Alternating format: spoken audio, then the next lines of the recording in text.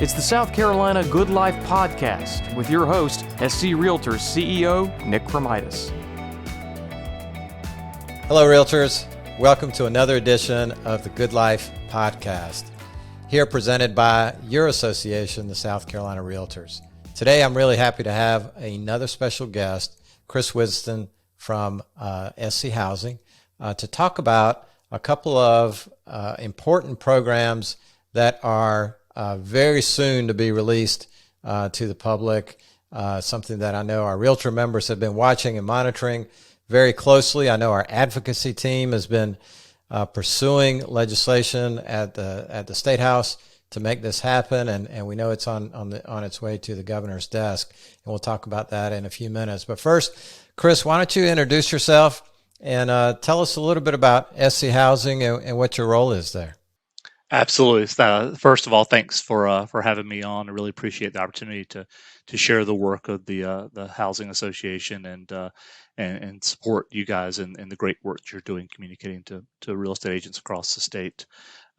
SC Housing is celebrating its 50th anniversary this year in 2021.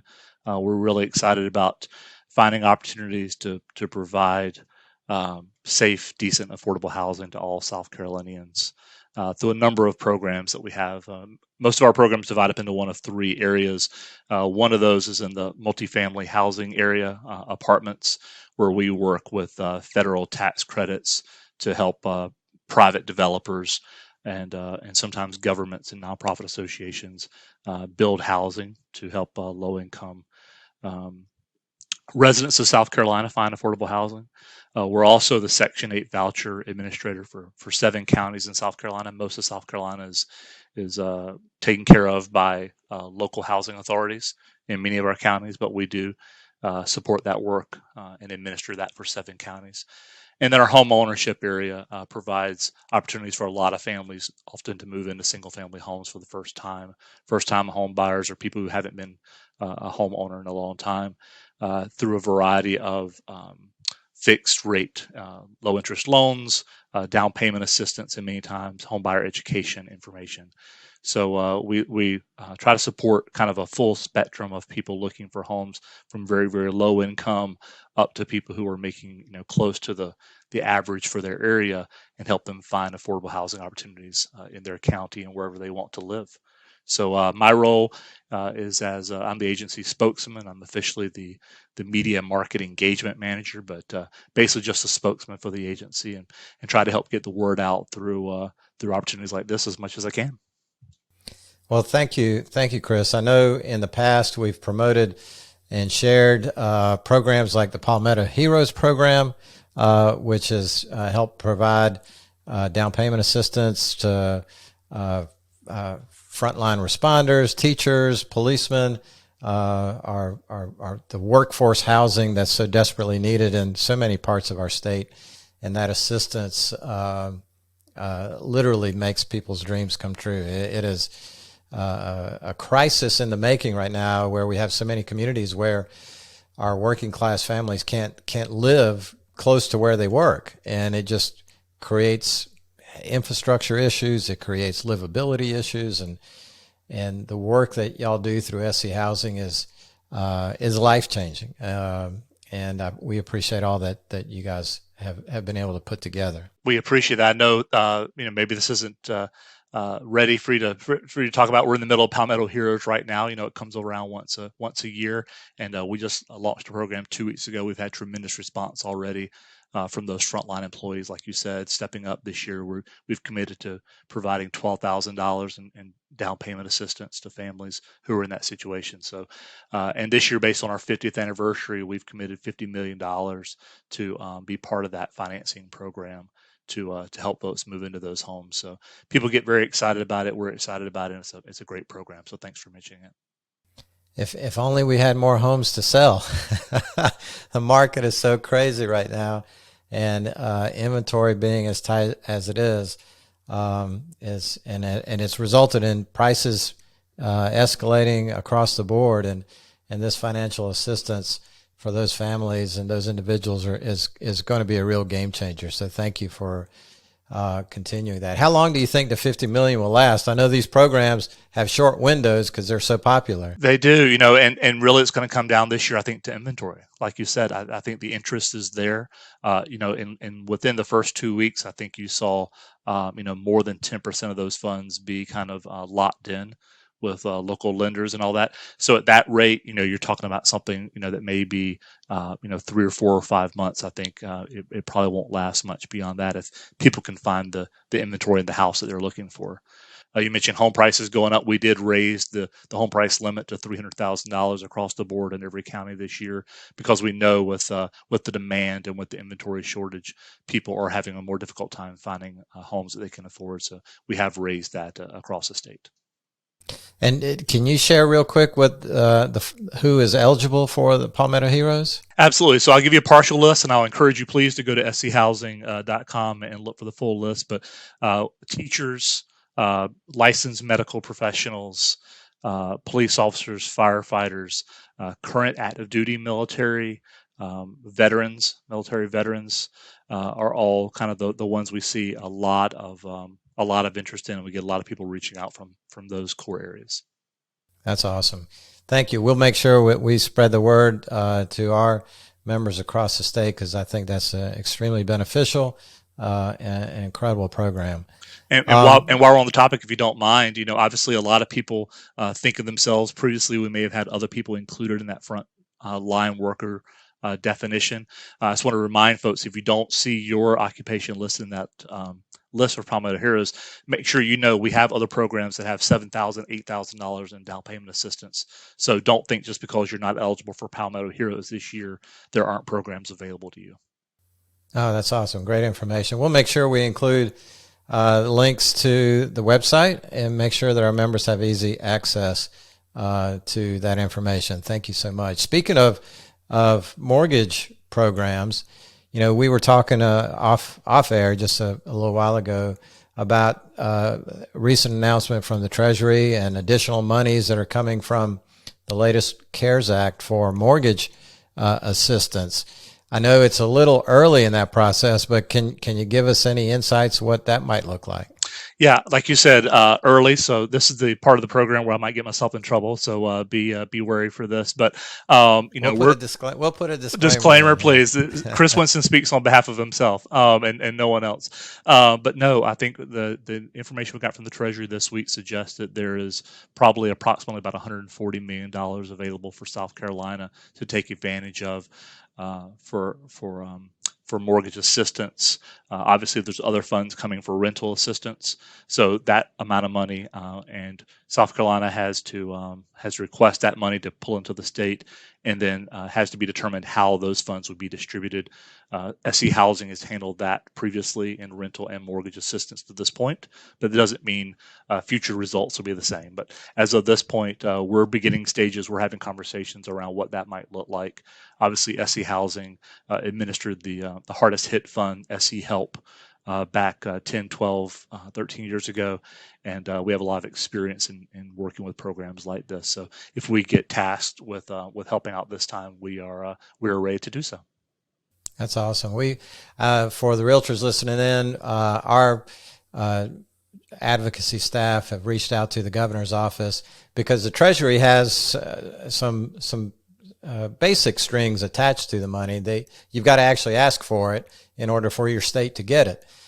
So we've reached out to the governor's office, make sure that I'm sure Henry's aware of the deadline at the end of April to apply for these funds, or they'll go to another state. So we'll make sure, and I know your organization has reached out to the governor's office as well.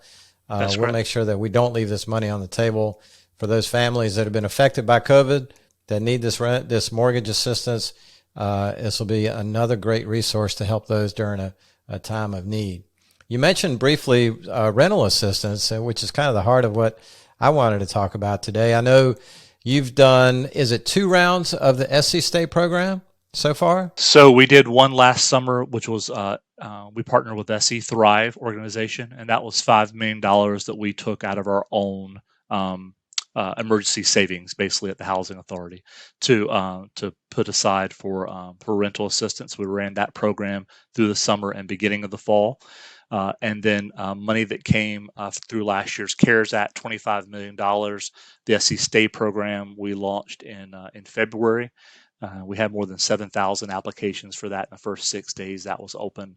And we put a pause on the applications because obviously that's a huge number to work through. We have a number of nonprofit associations across the state who are helping us process those. It's a not a small amount of paperwork, as you can imagine, when you look at how much tenants may be behind, what the lease says, how much money is owed, how to get it to the landlord. Obviously, we have to get the landlord signed up into the state system to accept payment, whether that's a check or hopefully to encourage folks to take ACH deposits so it can get there more quickly. But that's the process we're now. Payments are going out to those landlords right now, many of whom have had to go 3, 6, 9 months without rental payments because of the several moratoria on evictions that's taken place in the last year. And just for to catch our realtor members up, you've heard me talk about this probably ad nauseum over the last 12 months, but we've gone through several eviction moratoriums during this pandemic. Obviously, there's a critical need to have for individuals and families to have sound shelter, to have safe places to live. Many that have been impacted by COVID have had their entire lives turned upside down and their finances in a whirlwind. And these moratoriums, while having the good effect of protecting tenants, also the Congress didn't address providing any assistance for our property providers and landlords. And the SC Stay program, as you heard, was extremely popular. The funds ran out really, really quickly because of the interest.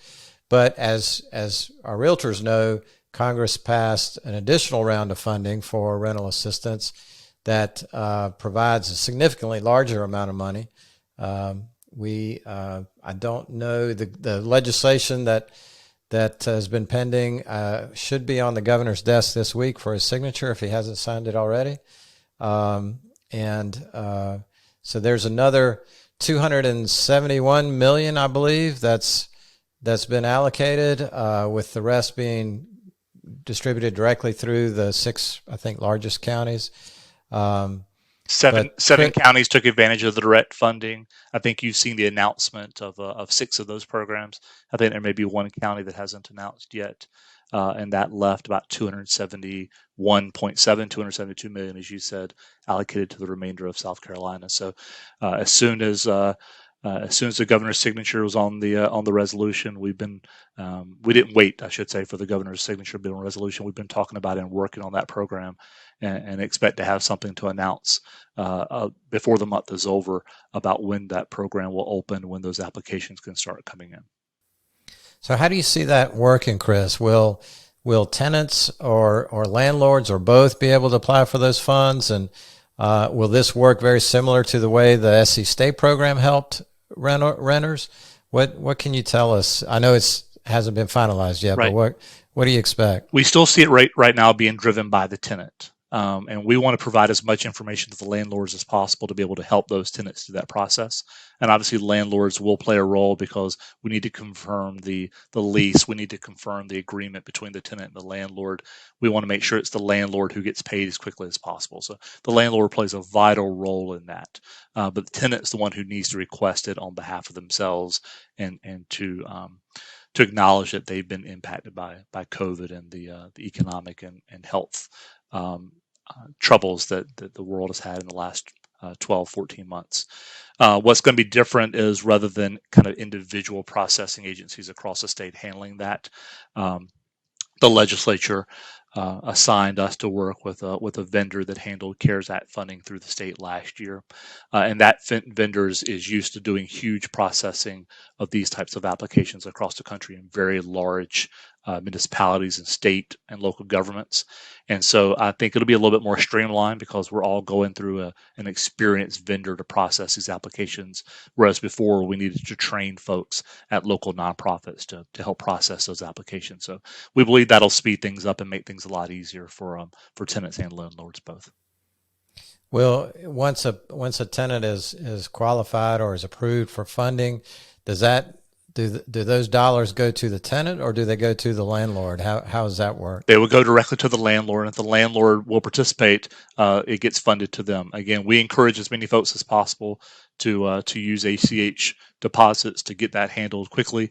As you can imagine, when you tell somebody checks in the mail, it doesn't always encourage a lot of trust in the system. And as you can imagine, state government checks may take a little longer than checks do from other people sometimes. So we'd love for folks to sign up and be responsive when you get that request to provide the information, and the direct deposit would be a great way for folks to make sure they get that payment as quickly as possible. That's great. That's great to hear. I know our members are extremely interested as we move forward on this and get this implemented.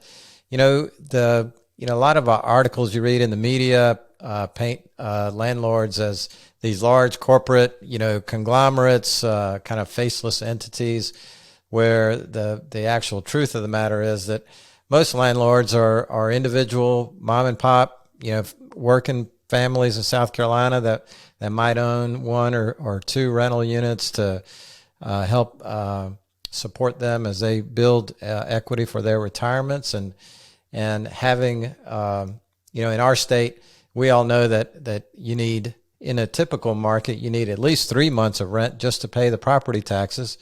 And that doesn't even begin to cover insurance and the other general maintenance that's required. And so this is going to go a long way into breathing a sigh of relief for those folks that provide these properties. I know the tenants out there are going to also share that same relief, knowing that they're not going to get kicked out of their homes and can continue to help rebuild their financial situation as we recover from the pandemic. Because the last thing we'll see, the last thing that we want to see is these moratoriums end and suddenly you've got a tenant that owes 8 months of rent, which chances are they won't be able to pay, and they end up getting evicted anyway. Or we have a rash of foreclosed properties from providers who haven't been able to meet their mortgage payments and other expenses. And it could be a disaster in the making, but instead this rental assistance program and the support that SC Housing is going to provide is really a win-win for the tenant to protect their home, and a win for the property provider, the landlord, to protect their asset as they go forward with their business. A couple really important points you made there. One, we're absolutely thinking about those small family landlords you mentioned when we talk about rental agreements and how sophisticated some of those may or may not be. So we're opening the door up to make sure that anybody who has a formal or even sometimes an informal agreement in place, we're having conversations about how to make sure everyone has the opportunity to take advantage of that, even if you are, just as you said, kind of a mom and pop a business who has some rental properties that you rent out. Also, like you said about helping tenants become kind of restored back to their normal place of being. A new part of the SC Stay program is going to be the possibility of also getting up to 3 months ahead of rent. And that would really allow folks not only to get caught up on where they were, but really stabilize that situation. We don't need to bring everybody up to due date right now in April or May, and then suddenly in June have them in the exact same situation they were 2 months earlier. So we're also working on how to make sure that folks have the availability to stabilize their situation and remain in those homes. Now, Chris, am I right in saying that the rental assistance monies have to be used by September? Is that the deadline we're under? So the official state resolution says they must be obligated by September. So we are desperately trying to I think a lot of people are having weighing in on what obligated means. So it doesn't necessarily mean maybe that it needs to actually be paid out, but we need to have a plan in place. We need to be working on getting those in and processed as quickly as possible, so that we know where those funds are going and we have a plan to spend those as quickly as possible, or they could be gathered back by the federal government. Thanks, Chris. I will do our part to help communicate and get the word out to all of our 26,000 members, because we certainly don't want to leave any of this money on the table, right? Absolutely. And I hope we can meet in June, maybe July, and talk about the success of the program and how we ran out of money early and we're able to help hundreds, if not thousands, of families in our state with this support. Really appreciate the partnership. Chris, hey, we're always going to be on the same team, and I appreciate your efforts and appreciate your time today. And thank you for being with us. My pleasure. Thanks for having me. Realtors, thanks for tuning in today. We'll be back with another podcast soon. Stay safe, stay Realtor strong. For past and future episodes, check out the Good Life podcast at goodlife.screaltors.org. Thanks for tuning in.